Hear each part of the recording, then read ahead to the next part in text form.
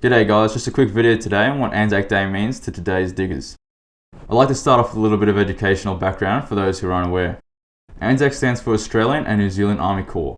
We commemorate ANZAC Day on the 25th of April every year, which is when the ANZACs first landed on the beaches of Gallipoli as part of a larger operation to defeat the Ottoman Empire, or today's Turkey. The operation had planned to knock the Turks out of the war by capturing their capital of Constantinople, or today's Istanbul. However, what was forecasted as a relatively straightforward operation turned into an 8-month-long stalemate, with both sides suffering terrible losses. ANZAC Day is a day where we come together as a nation to remember the loss and honour the sacrifices made by the ANZACs both past and present. But ANZAC Day means different things to different people, and by that I mean mainly for some it means a lot more. For example, left of ARC you'd have a civilian who doesn't really care about the military and is happy to have the day off so they can sleep in and not attend a service.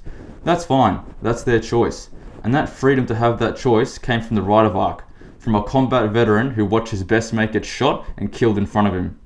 Now, as you can see, ANZAC Day has a very different meaning to everyone, so it's important to remember what it's truly about and not to let it be poisoned by any other ideals. It's hard to really imagine what it would have been like. I mean, you always see the pictures in old video clips, but it never ever really seems real. The black and white, the sped up footage, you just can't really relate to it. And because of that, I feel that a lot of the emotional touch is left out. So I want you all to try something. Look at these images and picture yourself in their position. Literally. I mean, really try and associate yourself in their position. In their clothes, carrying their equipment, seeing what they can see.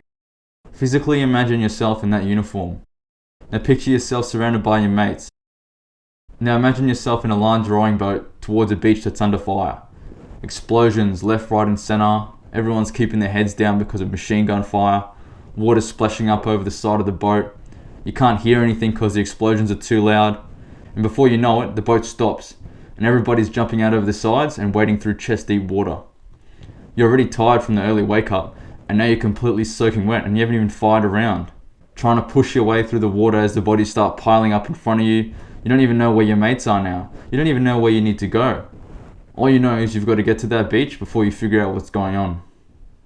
Now have a look at this photo. You and your beautiful fiancé, happily and freely walking down the street. For some of you, this wouldn't be too hard to imagine. Now imagine kneeling here with a blindfold on, knowing you're about to be beheaded and never see your fiancé again. These two photos are of the same person, a commander named Sergeant Leonard Sifleet.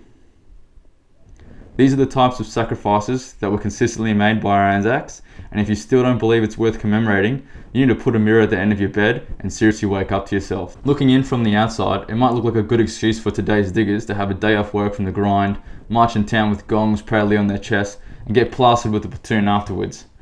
But it's so much more than that, and I feel that it's hard to describe unless you've gone through the process of enlisting, training, and being part of a military unit. I feel like that's the only way to truly feel the spirit of the digger, and that spirit still lives on today.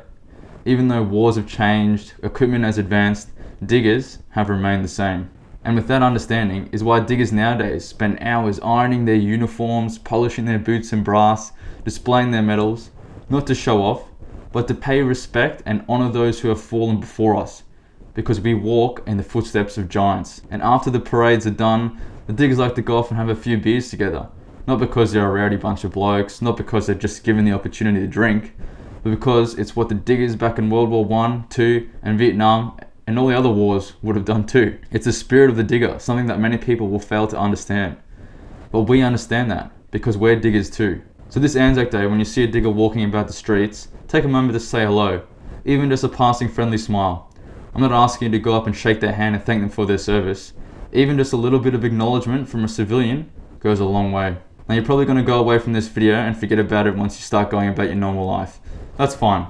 It's going to happen and it can't be stopped. But what I do ask is just for that one day, that one single day a year where you have the opportunity on the 25th of April to pause and reflect on the sacrifices made from those before us so you could live the safe life you do now. Remember them, lest we forget. As always guys, I hope you found this video educational and learned something to take away. If you have the opportunity, please, I urge you, attend a service sometime on the 25th of April and take that moment to be thankful. Cheers guys, hope to all see you next time.